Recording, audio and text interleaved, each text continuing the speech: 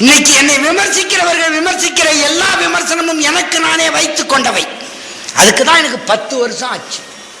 10 வருடத்திற்கு முன்னாலே முடிவு செய்தேன், இறை மறுப்பாளனா இருக்கக்கூடாது என்ற எண்ணம் எனக்கு வந்து விட்டது. எப்போ வந்ததுன்னா 1999 டிசம்பர் மாதம் 31ஆம் நாள் அபுதாபியில் இருக்கிறேன். துபாய்க்கு போயிருந்தேன். தாவூத் பாட்சாங்கிறவர் கூப்பிட்டுருந்தார். அபுதாபியில் எனக்கு ஒரு வாய்ப்பு கிடைத்தது. 1ஆம் வகுப்புலேருந்து 11ஆம் வகுப்பு வரைக்கும் என்னோடு படித்த வகுப்பு தோழர் சிராஜுத்தீன், அவரை சந்திக்கிற வாய்ப்பு கிடைச்சது.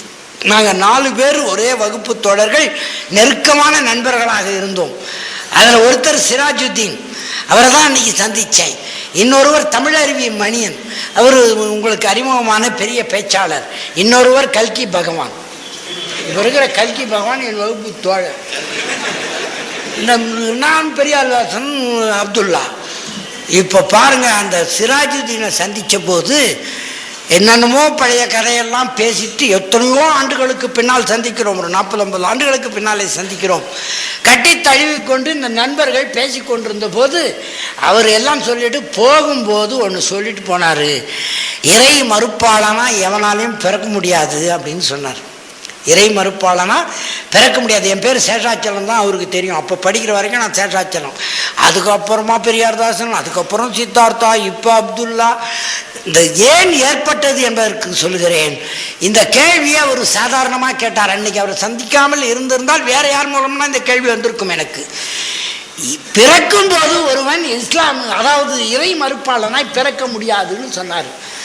அதனால தானே நானே மாறிக்கிட்டேன் இப்போ அப்படின்னு சொன்னேன், அவர்கிட்ட வாதம் பண்ணேன். இப்போ நான் இறை மறுப்பாளனா பிறக்க முடியாதோ என்னமோ, நான் இப்போ இறை மறுப்பாளனா மாற்றிக்கிட்டு இருக்கிறேன்ல அப்படின்னு வீரம் பேசினேன். போகும்போது கட்டி தழுவிக்கொண்டு சிராஜுத்தீன் சொன்னான், என் நண்பன் சேஷாச்சலம், அதாவது என்ன, இறக்கும்போது இறை மறுப்பாளனா இறக்கக்கூடாதுன்னு சொன்னான். இப்பொழுது அரசியல் காரணங்கள் எல்லாம் சொன்னார். ஆனானப்பட்ட பாபா சாஹிப் டாக்டர் அம்பேத்கரே சமயம் மாறி போன போது, மதம் மாறி போன போது 10 லட்சம் மக்கள் தான் போனாங்க, அதுவும் அவர் ஜாதிக்கார் தான் போனாங்கன்னு மிகச்சரியாக சொன்னார் தம்பி. இவருக்கும் அந்த அச்சம். இந்த அரசியல் வேலைகளுக்கு இடையில இதே எப்படி இதில் போய் மாட்டி விட்டோம்னா தனிமைப்படுத்தி விடுவார்களே என்று அவர் அஞ்சுகிறார். ஆனால் அவருக்கு நான் ஒன்று சொல்ல வேண்டும், அதை எழுதியே வச்சிருக்கிறேன். வலா தமுத்தூன் இல்லாவா ஹம்துன் முஸ்லிமூன் அப்படின்னு எழுதி கொடுத்தாரு. இதுக்கு என்ன பொருள்னா, இறக்கும் போது யாரும், அதாவது மரணிக்கும் போது முஸ்லீம் அல்லாதவராய் யாரும் இருக்கக்கூடாது, திருமாவளவனை சேர்த்து. மரணிக்கும் போது யாரும் முஸ்லிம் அல்லாதவனாய் இருக்கக்கூடாது. இந்த நோக்கத்தோடு தான் இறைவன் என்னை ஆட்கொண்டான் என்று நான் நினைக்கிறேன். அந்த கேள்வி ரொம்ப சாதாரண கேள்வி சிராஜுத்தீன் கேட்டது. அது ஒன்றும் பெரிய தத்துவ கேள்வின்னு நான் சொல்ல மாட்டேன். என் நண்பன் இறக்கும் போது இறை மறுப்பாளனாய் இருக்கக்கூடாதுன்னு சொன்னார். அப்படி சொன்ன உடனே நான் சிரிச்சுக்கிட்டு, இருக்கட்டும் போயா தொப்பிக்காரன், இப்படித்தான் பேசுவேன், உன்னை பற்றி எனக்கு தெரியாது, உங்கள்கிட்ட பேசுனதே தப்பு, ஒரு பிரியாணி வாங்கி சாப்பிட்டது அதை விட தப்பு, போயா, இப்படிதான் என்னை மாற்ற பார்ப்பீங்கன்னு நான் எதிர்த்தேன். இன்னைக்கு என்னை விமர்சிக்கிற எல்லா விமர்சனமும் நானும் செய்தேன் என்பதற்காக சொல்கிறேன். சொல்லிட்டு நான் என்னுடைய அறைக்கு போய்விட்டேன். போன பிறகு படுத்துக்கொண்டே இருக்கிறேன். ஜனவரி 1ஆம் தேதி காலையில் 2000 வருடம் எனக்கு ஒரு பெரிய அலை பாய்கிறது மனசுக்குள்ளே. இறைவன் இருக்கிறானா இல்லையா கேள்வி வந்துருச்சு. இல்லை என்றால் நான் தப்பித்துக் கொள்வேன். இதுவரைக்கும் அப்படித்தானே பிரச்சாரம் பண்ணி இருக்கிறேன். ரொம்ப சந்தோஷம். இல்லைன்னா தப்பிச்சுக்குவேன். இருந்து விட்டால் இந்த அச்சம் தான் தொடர்களை என்னை விரட்டி கொண்டு வந்து இங்கே நிறுத்தி இருக்கிறது 10 ஆண்டுகளுக்கு. இந்த அச்சம், இதை சந்தேகிக்க எவனுக்கும் உரிமை இல்லை. நான் பொய்யாகவோ புரட்டாகவோ சாமர்த்தியத்துக்காகவோ இதை சொல்லலை. இறைவன் இல்லைன்னா பரவாயில்ல, நான் ஜெயிச்சிட்டேன். நான் மட்டும் இல்லை, பல ஆயிரக்கணக்கான பேருக்கு எடுத்திருக்கிறேன். மைக்கு போட்ட பையன், சேர் போட்டவன், ஊரில் சாப்பாடு போட்டவன்.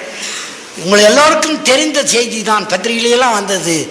எனக்கு 22 வயது இருக்கும்போது கிருபானந்த வாரியாரோடு போராடி, அதாவது விவாதம் செய்து 5 ஏக்கர் நிலம் சம்பந்த முதலியார் என்பவர் பணப்பாக்கத்தில் எனக்கு பரிசளித்தார். அதை பகுத்தறிவு கழகத்துக்கு எழுதி வச்சேன். அந்த காலத்திலேயே 22 வயசு தான். கிருபானந்த வாரியார் யாருன்னு உங்களுக்கு தெரியும், கடல் அவர் தமிழில். அவரிடமே விவாதம் செய்து வெற்றி பெற்றவன் இந்த பெரியார்தாசன். சும்மா லேசுப்பட்ட ஆள் கிடையாது. எதையும் விவாதிக்காமல் ஏற்க மாட்டேன், எதையும் தத்துவ முடிவு காணாமல் ஒப்புக்கொள்ள மாட்டேன். இந்த கேள்வி வந்து விட்டது, இறைவன் இருக்கிறானா இல்லையா? இல்லைன்னா பரவாயில்ல, தப்பிச்சுட்டான் பெரியார்தாசன். என்னால் மாற்றப்பட்டவனும் தப்பிச்சுட்டான். இருந்து விட்டால் இந்த பயம் வந்த உடனே நடுக்கம் ஏற்பட்டு விட்டது. அடுத்த கேள்வி வந்தது, கியாமத்து நாள் இருக்கலாம் இல்லாமல் இருக்கலாம். இல்லைன்னா பரவாயில்ல, நான் தப்பிச்சிருவேன். இருந்து விட்டால் என்ற அச்சம் வந்து விட்டது. அப்பொழுது என்ன செய்யறது? எந்த இது இல்லைன்னா போகுதுன்னு இருக்க முடியுமா? அந்த பயம் உண்மையாக வந்து விட்ட பிறகு இறைவன் இருக்கிறானா இல்லையா என்று தேட வேண்டிய கட்டாயம் வந்து விட்டது. அதற்குள்ளே பாபா சாஹேப் டாக்டர் அம்பேத்கருடைய புத்தரும் அவர் தம்மமும் புத்தகம் லட்சக்கணக்கில் வெளியாகி பரவி விட்டது. இலவசமாக தர்றாங்க, இவ்வளோ பெரிய புத்தகம் இலவசமாக தர்றாங்க. இதுல இருந்து தாய்வான்ல இருந்து வெளியிட்டு எல்லார்கிட்டையும் பரவி போச்சு. இப்போ அதை போய் திருப்பி எடுக்க முடியும் என்னால். ஆனால் இந்த கேள்வி வந்து விட்டது எனக்குள்ளே. இப்படி வந்த பிறகு கவனியுங்கள் சகோதரர்களே, எனக்கு அந்த நடுக்கம் வந்தபோது என் தத்துவம் எனக்கு வழிகாட்டியது, தேடிப்பாடுறா தம்பி, ஒன்றும் பயப்படாத, ஒன்றும் இறைவன் இருக்கணும் இல்லைன்னா இல்லை, தேடிப்பார். நான் 4 வேதங்களை ஓரளவுக்கு கற்றவன் என்பதை முன்னாலேயே பதிவு செய்திருக்கிறேன் பல பேரிடத்திலே. 4 வேதங்களையும் படித்தவன். சங்கராச்சாரியாரை நேரடி பேட்டி கேட்ட போதே கேட்டேன், ரிக்வேதத்தில் முதல் ஸ்லோகம் சொல்லுங்கன்னா தெரியாதுன்னு, யஜுர்வேதத்தில் 3வது ஸ்லோகம் சொல்லுன்னா தெரியாதுன்னாரு. பத்திரிகையிலேயே வந்தது, குமுதம் பத்திரிகையில். அவர் உட்காந்துக்கிட்டு இருப்பாரு, நான் காலை எப்படி நீட்டிக்கிட்டு பேட்டி கொடுத்தேன் வேணும்னு. அப்போ சொன்னாங்க பல பேர், அது பண்ணிவிடுவாங்க இது பண்ணிவிடுவாங்க, என்ன இது வரைக்கும் ஒன்றும் பண்ணலை. அவர் என் காலத்துக்கு அவர் மேலே காட்டிக்கிட்டே பேட்டி கொடுத்தேன். காரணம் என்னன்னா, அந்த தைரியம் இந்த பெரியாரனுக்கு, இந்த அப்துல்லாவுக்கு எப்பவுமே உண்டு. நான் தவறு செய்ய மாட்டேன், தம்பிக்கு நல்லா தெரியும். இவர்கிட்ட ஏதாவது உதவி என்று என்னைக்காவது போயிருப்பேன் நான், கேளுங்க, நட்பு பாராட்டுவேன், அது செய்யுங்க இது செய்யுங்க என்றைக்கும் கேட்டதில்லை. நான் ஒரு சுயமரியாதைக்காரனாக வாழ்ந்தேன், வாழ்கிறேன், வாழ்வேன். அதில் எனக்கு எந்த சந்தேகமும் இல்லை. யாரிடமும் போய் கையேந்த மாட்டேன். அந்த கேள்வி வந்த உடனே தேடி பார்த்தேன். அந்த சங்கராச்சாரியார் கேட்டபோது தெரியலன்னாரு. ஆரண்யகங்கள் தெரியுமான்னு கேட்டேன். உபநிஷத்துங்கள் மொத்தம் எத்தனை நம்பர் மட்டும் சொல்லுன்னு, தெரியலன்னாரு. அதுவே தெரியலன்னாரு. சரி, துவாதச மஞ்சரிக்கான்னு சங்கராச்சாரியார் ஆதிசங்கரர் எழுதின புத்தகம் தெரியுமான்னு கேட்டேன். தெரியாதுன்னாரு. இதெல்லாம் தெரியாது, நீ பெரிய ஜாதி, தெரிஞ்ச நான் சின்ன ஜாதியான்னு கேட்டேன்.